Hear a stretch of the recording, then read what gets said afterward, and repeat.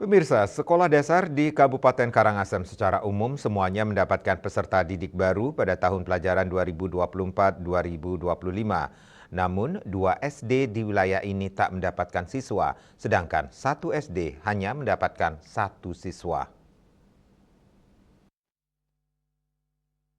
Kepala SDN 3 NGIS IKD Sudiarto membenarkan tahun ini tidak mendapatkan siswa baru. Atas kondisi ini pihaknya tidak bisa melaksanakan MPLS. Penyebab sekolah ini tidak mendapatkan siswa karena zonasinya ke SDN 1 NGIS.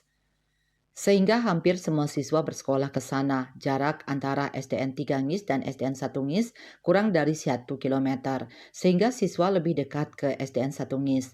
Menurut Sudiarto, hampir setiap tahun SDN 3 NGIS sedikit mendapatkan siswa baru. Sebelumnya hanya dapat 5 siswa saja, paling banyak mendapatkan 7 siswa. Sebelumnya pihaknya sudah sempat berkoordinasi dengan pihak Perbekal setempat terkait kondisi yang dialami. Perbekal menyarankan agar ada siswa yang bersekolah ke SDN 3 NGIS. Saat ini SDN 3 NGIS hanya memiliki 28 siswa dari kelas 2 sampai kelas 6. Sementara itu, Kepala SDN 10 Karangasem Desa Putu Arianti mengatakan tahun ini sekolahnya hanya mendapatkan 1 siswa.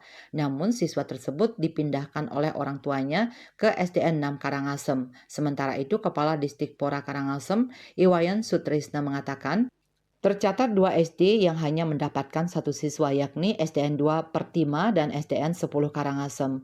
Kendati demikian proses belajar mengajar tetap bisa berjalan dengan normal. Kurikulum Merdeka memungkinkan untuk itu. Menurut Sutrisna, saat ini seluruh siswa SD dan SMP tengah menjalani masa pengenalan lingkungan sekolah MPLS. Berdasarkan peraturan Mendikbud RI nomor 18 tahun 2016, MPLS merupakan kegiatan pertama masuk sekolah untuk pengenalan program, sarana dan prasarana, cara belajar, penanaman konsep pengenalan diri, dan pembinaan awal kultur sekolah. Eka Parananda, Bali Post melaporkan.